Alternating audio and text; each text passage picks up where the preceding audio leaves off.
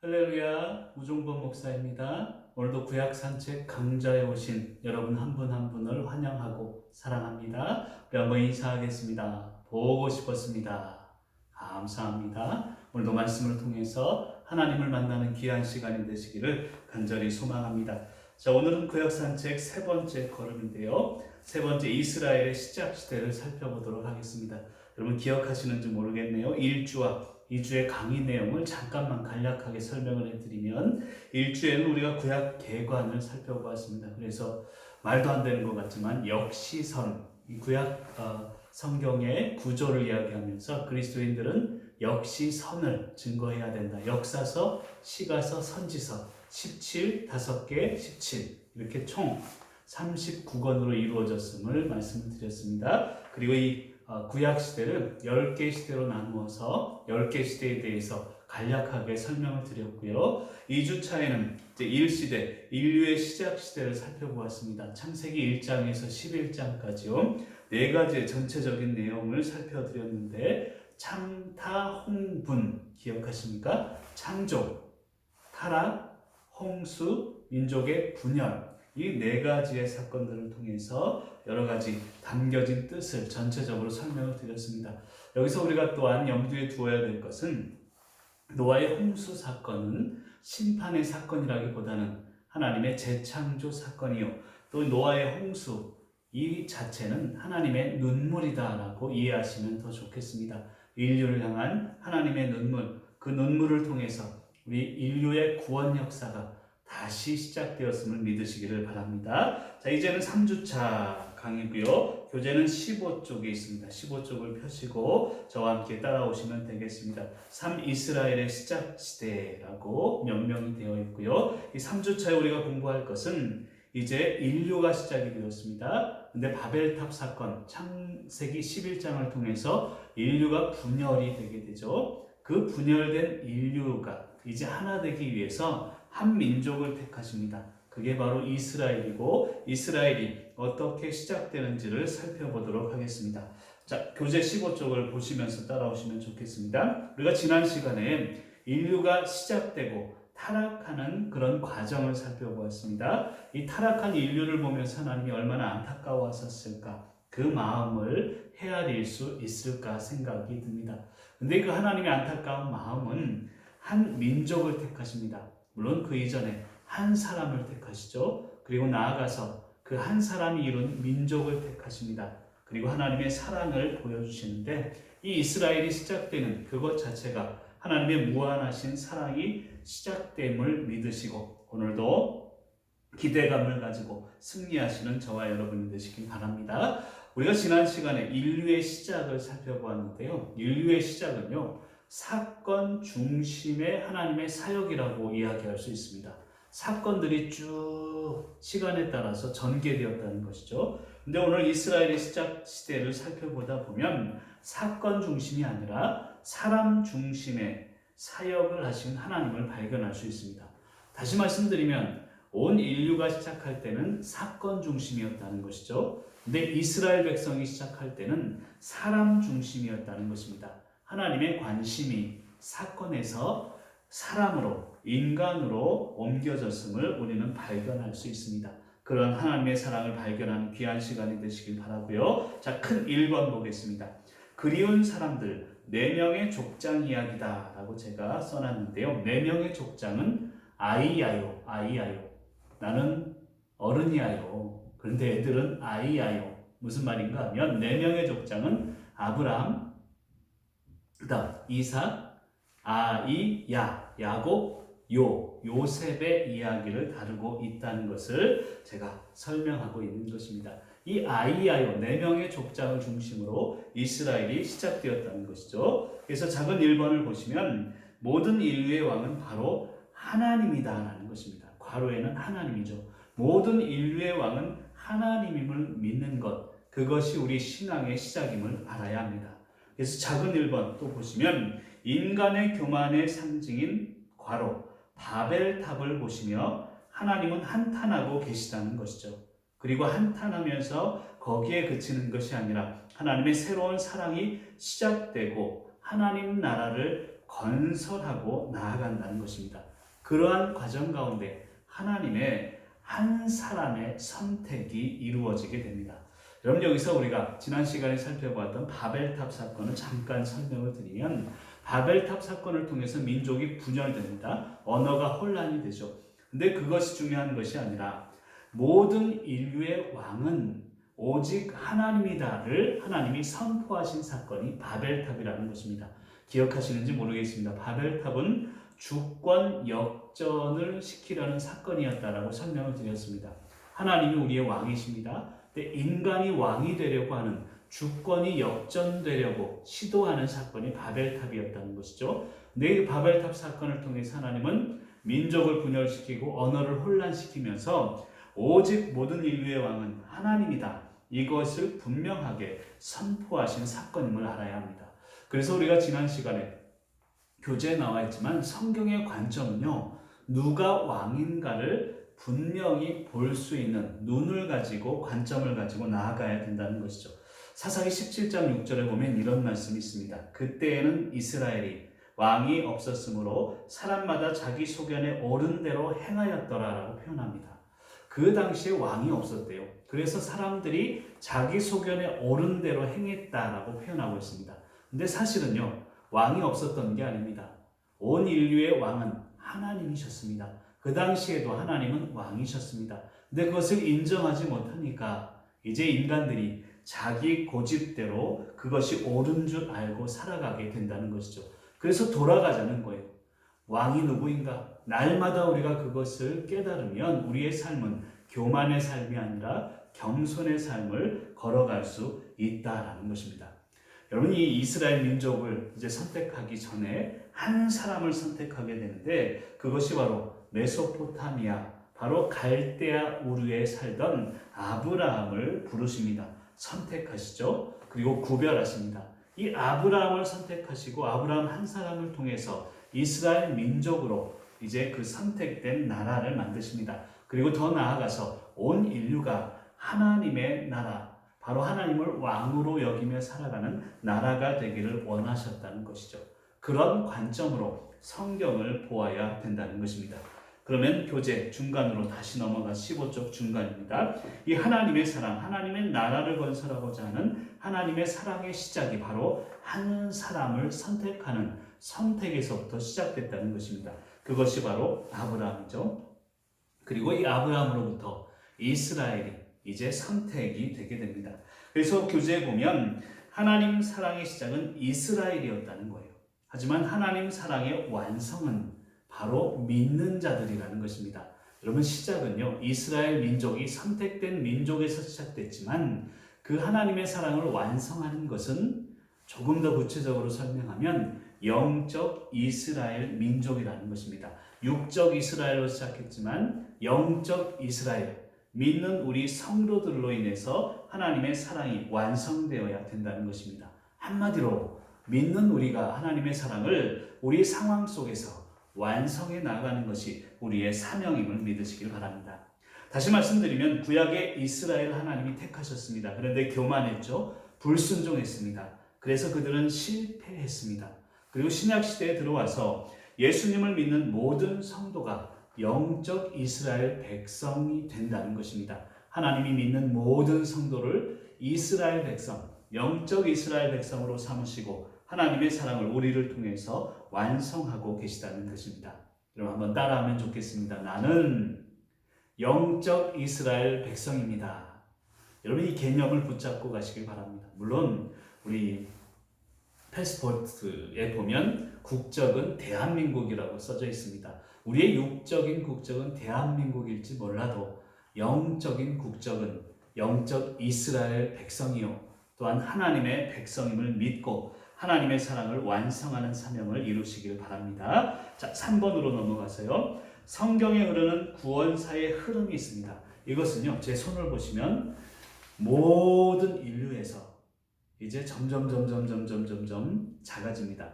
이스라엘에게로, 그리고 유다에게로, 그리고 다윗에게로, 그리고 한 점, 예수 그리스도에게로 모여집니다. 그리고 예수 그리스도의 한 점에서 시작해서 갑자기 하나님의 구원 역사는 갑자기 확장되게 된다는 것입니다. 한마디로 모든 인류에서 예수 그리스도에게로, 예수 그리스도의 한 점에서 다시 모든 인류에게로 퍼져가는 것이 성경에 우리는 구원사라고 할 수 있습니다. 우리가 지난 시간에 살펴보았습니다만 모든 인류, 우리가 지난 시간에 했던 인류의 시작을 의미합니다. 타락하죠. 홍수 사건이 일어납니다. 그리고 이제 바벨탑으로 민족이 분열되게 되고요. 오늘 우리가 공부할 이스라엘로 넘어오게 된다는 것이죠. 그러니까 온 인류에서 그 범위가 이스라엘로 작아지게 됩니다. 점점 공부하겠지만 다시 타락하게 되고요. 이스라엘 민족이 타락하면서 유다라는 지파로 조금씩 구원사가 줄어들게 됩니다. 축소하게 되는 것이죠. 유다 중에서도 이제 다윗을 택하시고 다윗의 족속 중에서 예수 그리스도 그분이 탄생하게 된다는 것입니다. 근데 여기에 구속사에 놀라운 의미가 있습니다. 예수님은 한 분이셨지만 그분이 십자가에 달려 돌아가신 그 순간 구원이 갑자기 확대되었다는 것입니다. 모든 인류로 구원사가 확대되었음을 믿으시길 바랍니다.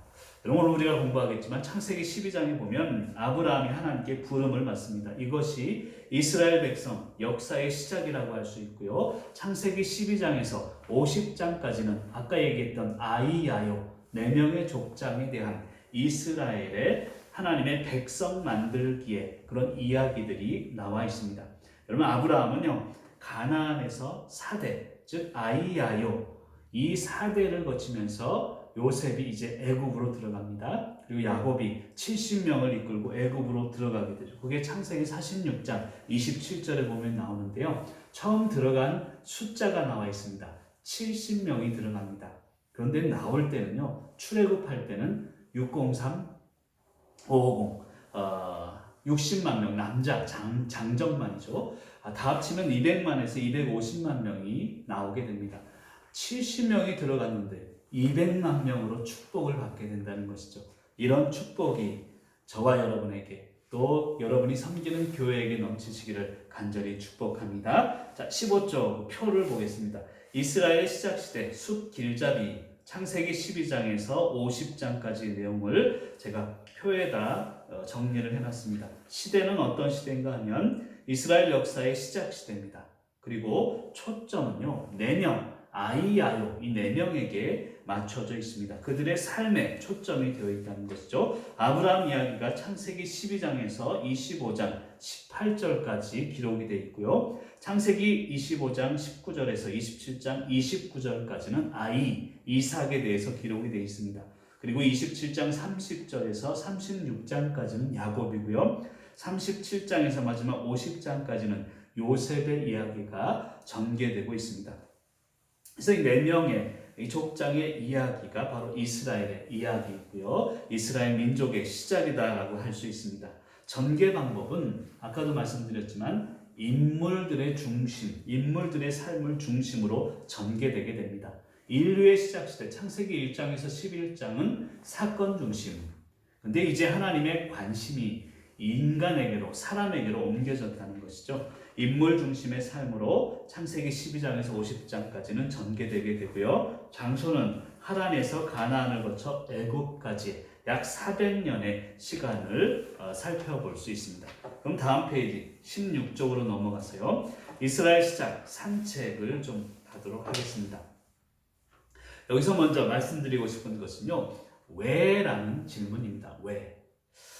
여러분 그런 이야기가 있습니다. 히브리적으로 생각하라. 히브리적이라는 것은 이스라엘 민족이 생각하는 그 구약시대 하나님이 왕이다. 이것을 믿는 사람들을 의미합니다. 한마디로 쉽게 얘기하면 히브리적으로 생각하라는 것은 how가 아니라 why로 생각하라는 것입니다. 어떻게가 아니라 왜인가 이것을 고민하라는 것이죠. 여러분 신학과 신앙은요 마찬가지로 이유를 찾는 학문이 아닙니다. 어떻게 이게 됐을까? 이해를 하기 위한 게 아니라는 것이죠. 왜라는 것입니다. 그 목적을 찾는 학문이 신학이고 우리 신앙의 삶이라는 것입니다. 그래서 우리가 성경을 공부할 때 왜라는 질문을 꼭 해야 합니다.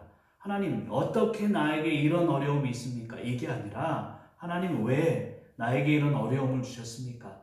그 삶의 목적과 고난의 목적을 알아야 된다는 것이죠. 그러면 모든 것들이 풀리게 된다는 것입니다. 여러분 어떻게 설명되고 이해해야 편안한 사람이 있습니다. 근데 왜 하나님의 뜻을 찾는 사람이 되어야 된다는 것이죠. 하나님의 주권을 찾아가는 과정 가운데 왜입니까? 이런 질문을 꼭 하시길 바랍니다. 그래서 우리가 먼저 질문해야 되는 것은 하나님 왜 꼭 아브라함입니까? 라는 질문을 해야 된다는 것이죠. 여러분 다 아브라함은요 당대 의인이 아니었습니다. 최고 리더십을 가진 자도 아니었습니다.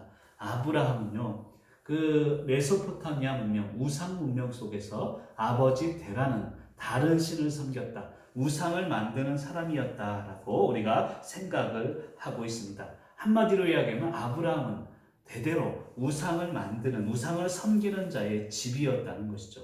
근데 왜 꼭 아브라함을 택했을까? 이것을 우리가 생각해야 된다는 것이죠.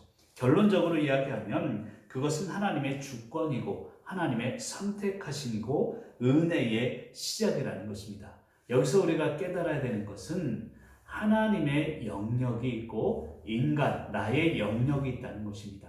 하나님의 영역, 즉 선택하심은 하나님의 영역이고 내 영역은 순종에 있다는 것입니다. 그것을 믿으시길 바랍니다. 이따 좀 더 설명하겠지만요.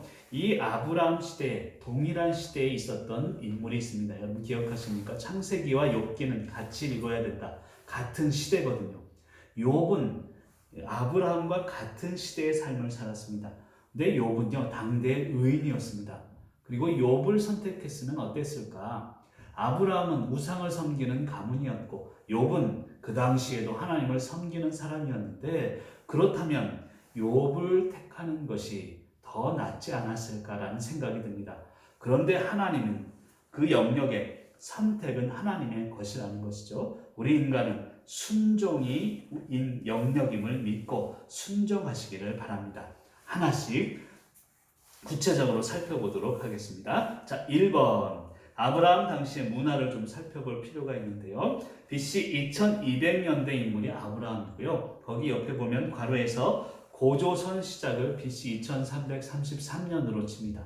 왜 제가 그걸 써놨냐면 아브라함은 우리나라 역사로 치면 고조선 시대의 사람이었다는 것이고요. 그 당시에 메소포타미아 문명의 영향 아래 있었다는 사실입니다. 이 갈대아 우르가 우리가 지도로도 살펴보았지만 메소포타미아 문명 아래에 있었던 곳이라는 것이죠. 메소포타미아 문명을 이야기하는 이유는 바로 메소포타미아 문명은 우상 문화에, 우상 숭배의 문화에 젖어 있었고요. 그 당시에는 힘겨루기의 각축장이었다는 것입니다. 여러분 기억하십니까? 거기 아브라함의 인생 여정에도 보면 지도가 나와 있습니다만 티그리스 강과 유프라테스 강 그 사이에 갈대아 우르가 있고요. 이 갈대아 우르를 중심으로 메소포타미아 문명인데 당시 우상과 신화와 힘겨루기의 각축전이 일어나던 시대의 문화라는 것입니다.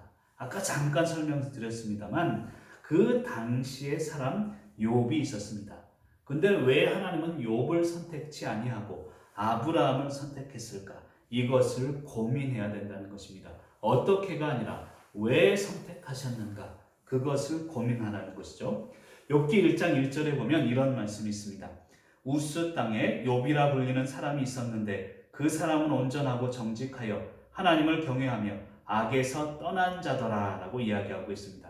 여러분 욥에 대해 설명하는데 온전하고 정직하대요. 하나님을 경외한대요. 악에서 떠난 자래요. 한마디로 이야기하면 욥은요 선택받을 준비가 되어 있는 사람입니다. 제가 그럴 리는 없지만 하나님이라면 저는 아브라함보다 욥을 선택할 것 같아요.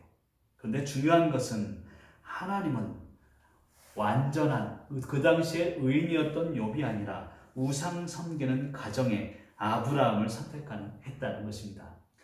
그리고 이 지리적으로 봐도요, 이 욥이 살던 곳을 우리는 살펴볼 필요가 있습니다. 우스 땅이라고 이야기를 했는데요. 이게 좀 보일까 모르겠습니다만 여기 갈대아 우르가 있습니다. 여기 유프라테스 강, 티그리스 강이 있고요. 갈대아 우르 여기가 아브라함이 살던 데고요. 이스라엘은 이쪽입니다. 우스는 그럼 어딘가 하면 바로 이 시리아 지역, 이라크 지역 여기가 우스 땅이라는 것입니다. 여러분 여기서 오는 게 빠르겠습니까? 여기서 오는 게 빠르겠습니까? 아브라함은 먼 곳에 살았습니다. 그것도 메소포타미아 문명, 우상 문명에 살았고요. 욥은 우스 땅, 이스라엘에서 가까운 땅에 있었습니다. 그렇다면 욥을 선택하는 게 더 합리적이었을 거라고 우리는 생각할 수 있다는 것이죠. 근데 중요한 것은 하나님은 아브라함을 선택했다는 것입니다. 이것이 너무나 중요한 하나님의 은혜의 시작이라는 것입니다. 저도 마찬가지죠. 저 같은 죄인을 선택했으니 그것이 은혜 아니겠습니까?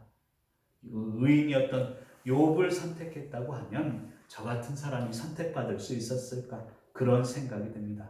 바로 하나님의 선택은 인간의 이해, 어떻게 이렇게 되었을까? 이것으로 설명할 수 없지만 분명한 은혜의 시작이라는 것입니다. 우리는 알 수 없지만 그 하나님의 선택에 순종하며 나아갈 때 하나님의 놀라우신 은혜가 있음을 믿으시길 바랍니다. 자, 16쪽 중간에 지도가 있는데요. 아브라함의 인생 여정을 좀 살펴보도록 하겠습니다. 지도 4를 보면 아브라함의 인생 여정이 나와 있습니다. 자, 이제는 갈대아우르가 어딘지는 아시겠죠? 페르시아만이 있고요. 그 바로 왼쪽에 우르라고 써져 있습니다. 이 갈대아우르에서 하란 쪽 위쪽에 있습니다. 하란으로 아버지 데라와 함께 옮기게 되죠. 그리고 나서 이제 아버지 데라가 죽은 이후에 가나안 땅, 즉 이스라엘로 옮기게 됩니다. 근데 문제는 이 이스라엘, 이 가나안 땅에서 애굽으로 넘어가게 된다는 것이죠. 이제 가나안 땅의 척박한 땅을 보고 물도 없고 먹을 것도 없고 이제 애굽 땅, 풍요의 땅으로 이 아브라함이 넘어가게 된다는 것입니다. 이때의 삶이 바로 불신의 여정이라고 할 수 있습니다. 그리고 다시 가나안, 이스라엘로 돌아오는 아브라함을 볼 수 있습니다. 그래서 아브라함을 부르는 것은 갈대아우르지만 하란을 거쳐서 가나안, 이스라엘로 갔다가 애굽으로 불신의 여정을 또한 했다는 것을 알 수 있습니다. 여기서 우리가 깨달아야 될 게 있습니다. 여러분, 하나님의 사람의 선택은요, 편안한 곳이 아니라 힘든 쪽을 선택할 때가 많다는 것입니다. 편안한 곳에는 쾌락이 있고 세상적인 교만이 있기 때문입니다. 그리고 중요한 것은 하나님의 약속에 의지하여서 불평불만하지 말라는 것입니다. 아브라함도 그랬습니다. 하나님의 약속을 믿고 나아갔지만 상황 속에서, 부족함 속에서 불평과 불만의 삶을 살게 되었습니다. 그때에 불신의 여정, 애굽으로 옮기게 된다는 것입니다.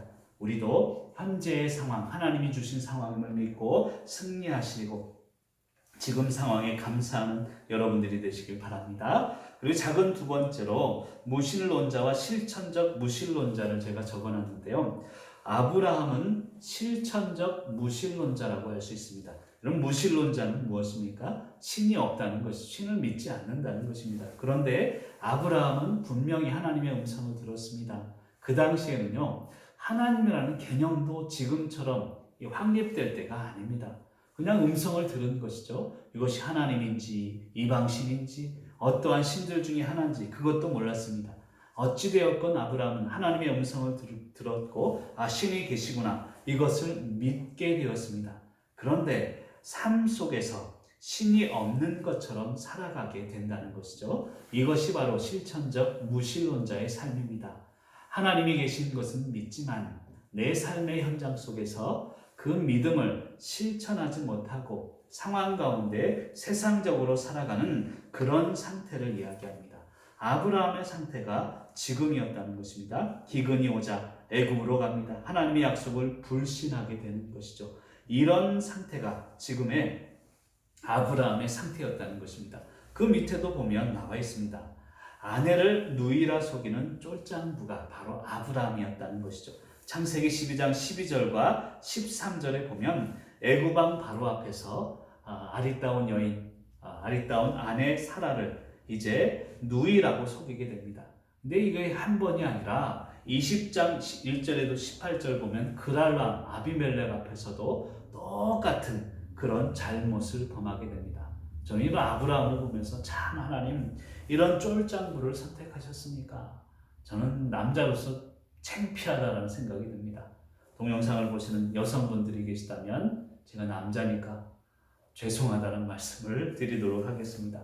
어찌되었건 이 아브라함, 이 같은 쫄장부를 하나님이 선택하고 욥처럼 준비되지 않은 그런 사람은, 준비된 사람은 포기하셨을까? 이런 질문이 계속적으로 나오게 됩니다.